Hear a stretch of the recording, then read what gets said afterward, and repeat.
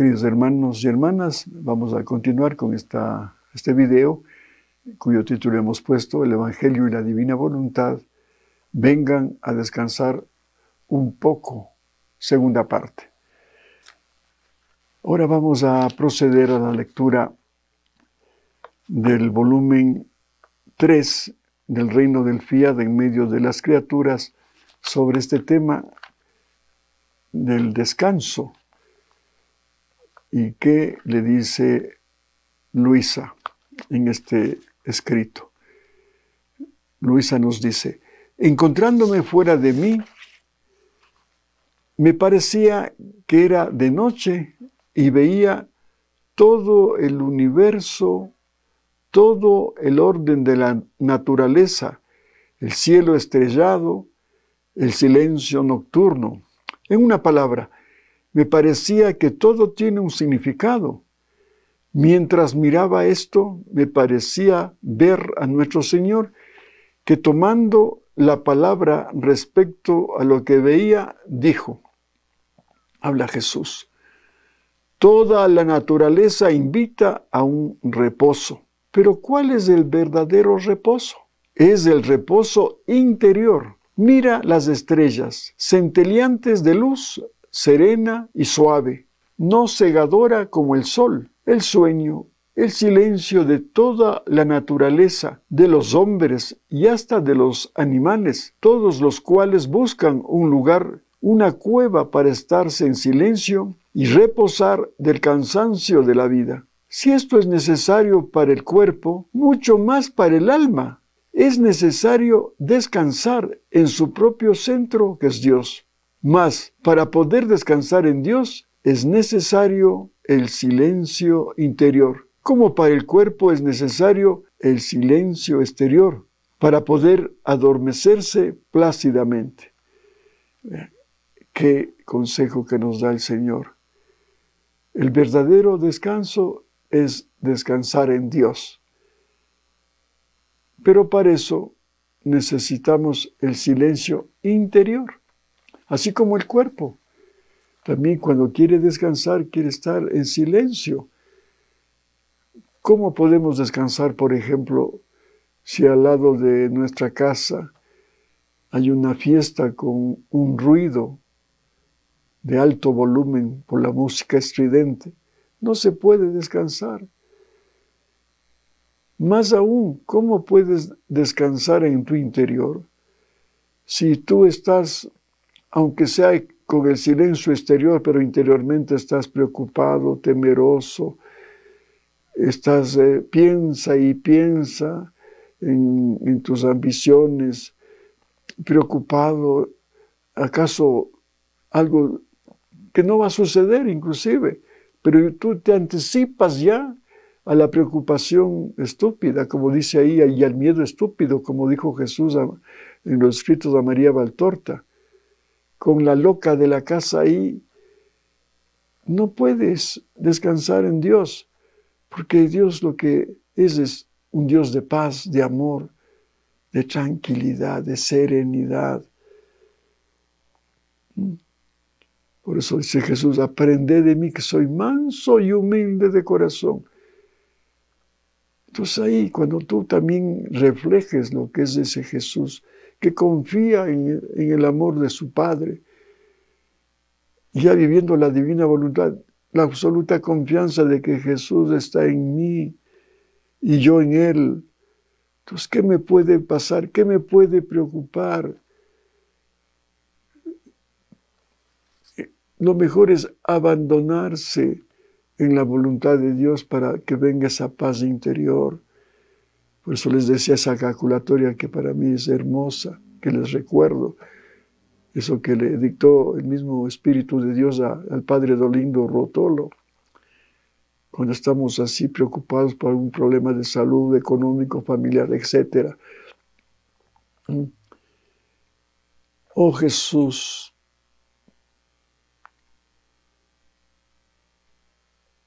yo reposo en ti. Me abandono en ti.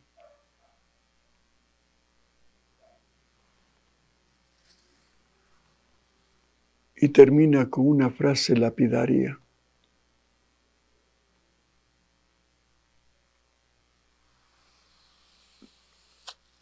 Encárgate de todo. Ocúpate de todo. ¡Qué hermoso! Ocúpate de todo. Él va a ocuparse de tus problemas si es que te abandonas a la voluntad de Dios.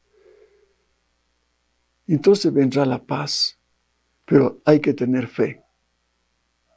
Si no, haz la prueba, como a mí me ha pasado.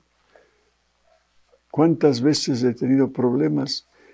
Y con ese abandono en la voluntad de Dios y confiando en su amor y en sus divinos atributos, todo ha sido bendición para mi vida. Y continúa Jesús. Vamos un poquito a releer lo que habíamos dicho antes. Mas para poder descansar en Dios es necesario el silencio interior, como para el cuerpo es necesario el silencio exterior para poder adormecerse plácidamente. Pero ¿cuál es este silencio interior? Es acallar las propias pasiones, manteniéndolas a raya, e imponer silencio a los deseos, las inclinaciones, los afectos, en una palabra, a todo lo que no llama a Dios.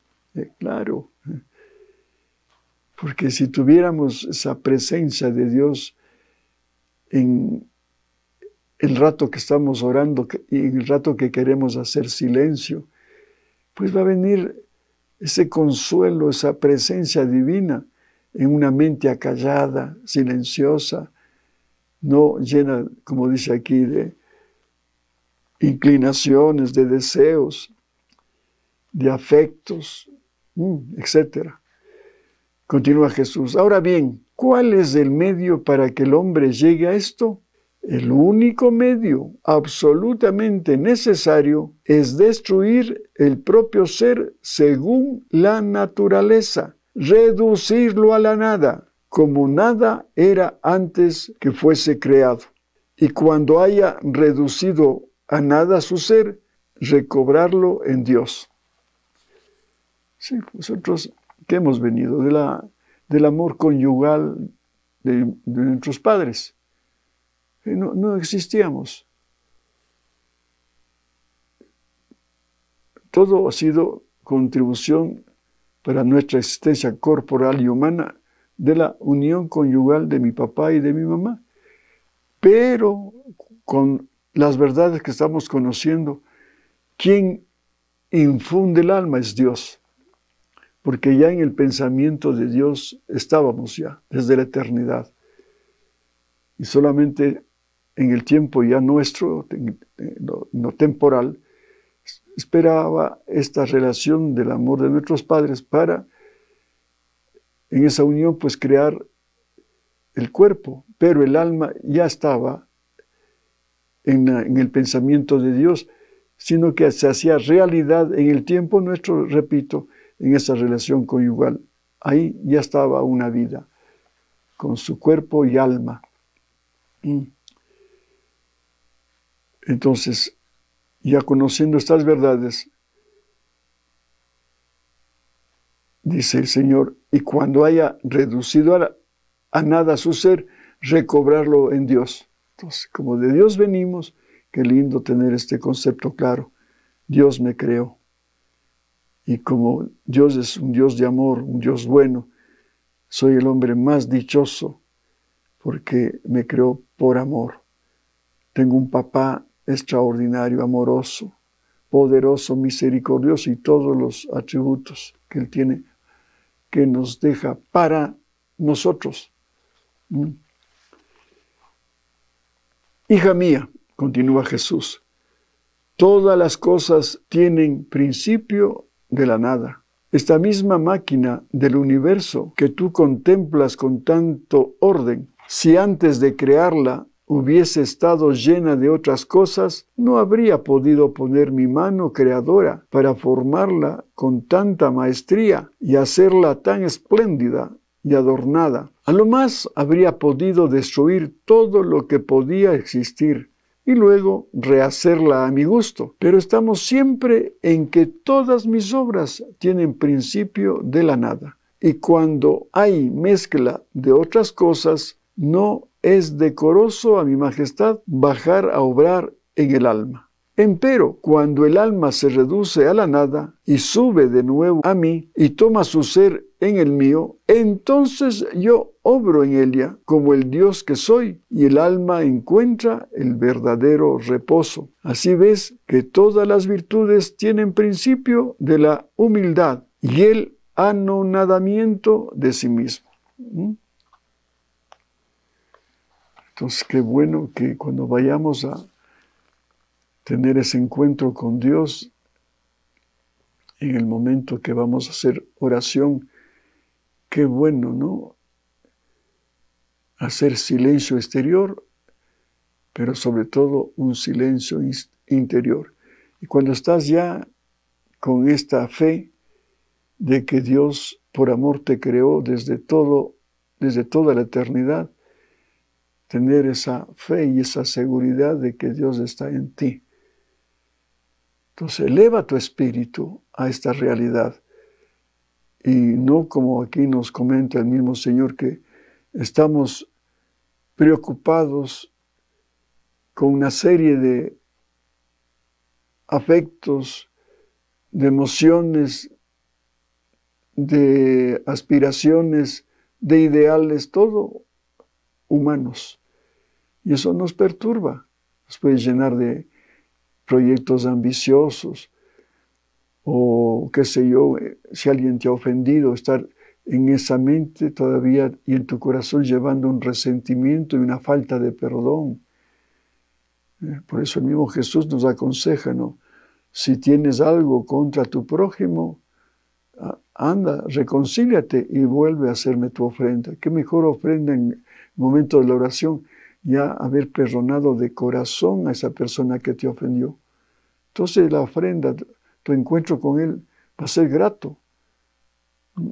¿Por qué? Porque ya tu alma está tranquila, te sientes ya con ese deber cumplido de que el Señor nos pide que perdonemos inclusive a nuestros enemigos. Entonces ahí está el verdadero reposo. Así ves que todas las virtudes tienen principio de la humildad y del anonadamiento de sí mismo. El mismo Señor como habla, ¿no? De que para crear este universo maravilloso, todo ordenado, tenía que estar ese universo vacío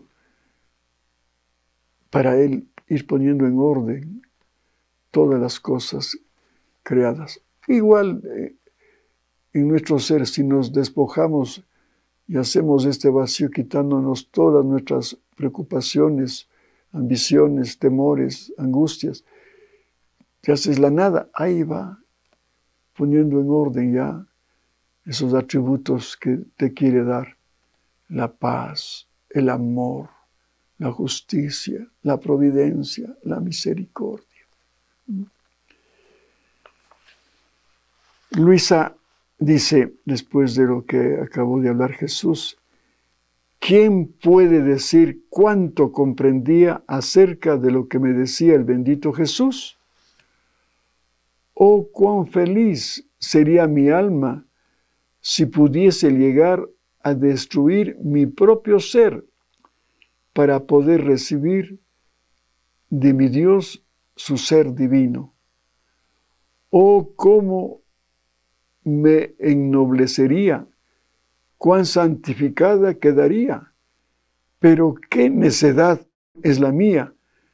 ¿Dónde tengo el cerebro que todavía no lo hago? Otra llamada de atención que nos hace con esta exclamación Luisa. ¿Dónde tenemos el cerebro?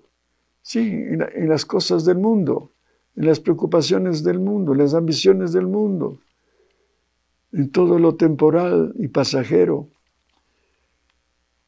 en toda esa falta de amor a Dios, de amor al prójimo, falta de perdón, etcétera, etcétera. Ahí está nuestro cerebro, preocupado, angustiado. Entonces, por eso también digámonos nosotros, ¿dónde tengo el cerebro puesto? O muchas veces viendo las cosas de este bajo mundo, inclinando nuestra cabeza a la ambición, al temor, inclinando nuestra cabeza a las cosas, repito, temporales, que todo va a quedar aquí en este mundo. No, levanta la cabeza, levanta tu cerebro y mira a ese Dios todopoderoso. Haz un vacío en tu alma, en tu interior. Eleva tu espíritu para que tengas una fusión total con Dios y dejes a un lado las cosas de este mundo. Qué miseria humana, que en vez de buscar su verdadero bien y alzar su vuelo a lo alto, se contenta con arrastrarse por tierra y vivir en el fango y en la podredumbre. Así termina. Nos enfangamos con las cosas temporales. Y meditando en el pasaje de María Valtorta, cuando hablaba que el Señor se preocupa hasta de los cuervos. ¿Y qué hace el cuervo? Vivir de los alimentos podridos, de la carroña. De eso está a veces lleno nuestro ser. Porque todo se pudrirá. Todo quedará aquí en el hueco en el cementerio cuando mueras. O cuando quedes reducido a ceniza. Todo terminará. Lo único que va a quedar es estos encuentros con el Señor cuando has dejado todo de lado para estar solo con Él. Y si vives la divina voluntad, no solamente en el silencio interior, sino en la actividad diaria de tu profesión, de tu trabajo, se vuelve oración, inclusive ese trabajo, esa ocupación, si lo haces en divina voluntad. Sí, a veces no tendrás tiempo por tus ocupaciones de rezar el Santo Rosario o de ir inclusive a la Santa Misa. Pero si tú vives el divino querer como nos ha enseñado Jesús, esa actividad se hace actividad divina, se hace oración divina y que tiene mucho mérito, porque a veces estamos apegados inclusive a nuestras devociones y lo hacemos de una forma humana y costumbrista. Es que tengo el hábito de rezar el rosario tal hora. Tengo el hábito de meditar las horas de la pasión tal hora, tal día. Se vuelve un hábito, una rutina que no le va a agradar al Señor, porque lo haces por compromiso y buscándote a ti mismo satisfacerte, porque ya has cumplido con estas prácticas. No. Tenemos que ir creciendo en santidad divina. ¿Cómo? Pues con estos modos de vivir unidos a Cristo en los trabajos más sencillos, en los trabajos profesionales, en los trabajos humildes, como hacía la Santísima Virgen sus trabajos ahí en la casita de Nazaret. Todo lo hacía en divina voluntad.